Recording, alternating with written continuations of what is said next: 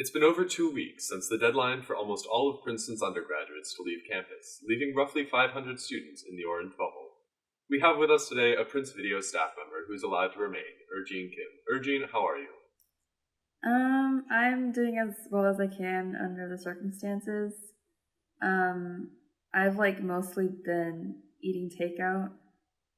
Actually, I think for the past week I haven't stepped foot into the dining hall because I've heard things about the dining hall food right now. So there's that. And also, what have you heard about the dining hall food? Oh, well, there's been complaints in a few chats about the quality of the food, and I think that most valid complaint is the fact that it's all prepackaged, so people who have dietary restrictions can't really see what the food is, and that's the problem. So yeah. That makes sense. Mm-hmm. So in general, what's it been like being on campus with classes going on, but with only 10% of the student body there? It's been very surreal. So my sleep schedule has been completely turned around. Not that I hadn't much of one in the first place, but it's gotten worse because I can't really force myself to focus since everything is online, and I get restless easily because I'm just sitting there and staring at a screen. And I'm sure staring at a screen this long is not really great for us.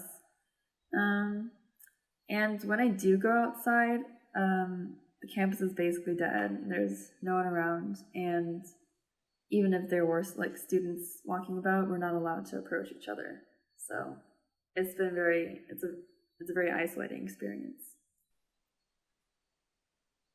That makes sense. So have the students staying on campus really formed a sort of community while staying distant? Yeah, so, well, as I mentioned before, we have two main chats actually. There's the spring on-campus community, and there was a general resource sharing chat that we had too, which is a little bigger. So we tend to communicate through these channels and try to coordinate. There have been people who are trying to coordinate certain complaints to the administration, and we also use it as a way to communicate when we have things for free that we can give out. For example, I used it once to give out snacks that I had that I knew I wasn't going to eat.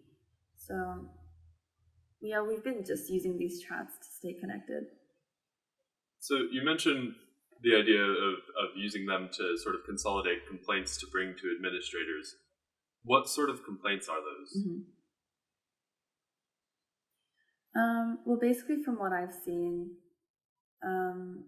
the complaint about the grading options. That's been a huge thing. Mandatory optional PDF. That's pretty much beating a dead horse there. Yeah. And for general on-campus administration policies, people were finding fault in the fact that there was the consequence of the threat of eviction in an email sent out to students who are staying on campus if we violate social distancing protocols. And basically the general consensus among these students who were complaining was that the admin wasn't being very empathetic to our situations, and that they weren't being very understanding of what we were going through. So you mentioned that there was the threat of eviction. I've also heard that there was tell of a increased P-Safe presence. Have you noticed such an increase in presence, or have you heard of people getting evicted since that announcement? I actually haven't heard about anyone getting evicted from the campus, but I do know that people are getting kicked out of their dorms and moved across campus because especially people in Forbes, and today I think they announced something about Bogle, and I'm pronouncing that right, and Wilf Hall. I think that people living in those halls got an email saying they have to maybe move to somewhere else because for certain reasons. I think Forbes is being used for like people who tested positive. I'm not too sure about that, but that's been happening. And as for PSafe, I definitely have noticed a lot of PSafe cars going around, but to be honest, it hasn't been like so much so that it's bothered me. So, yeah.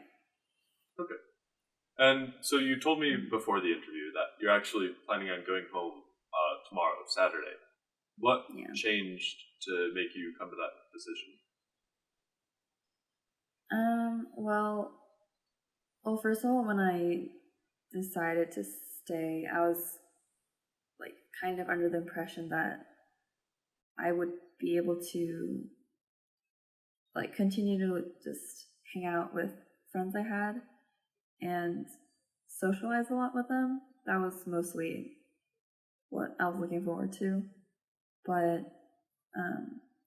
like what with the social distancing policies, that's kind of against the rules right now.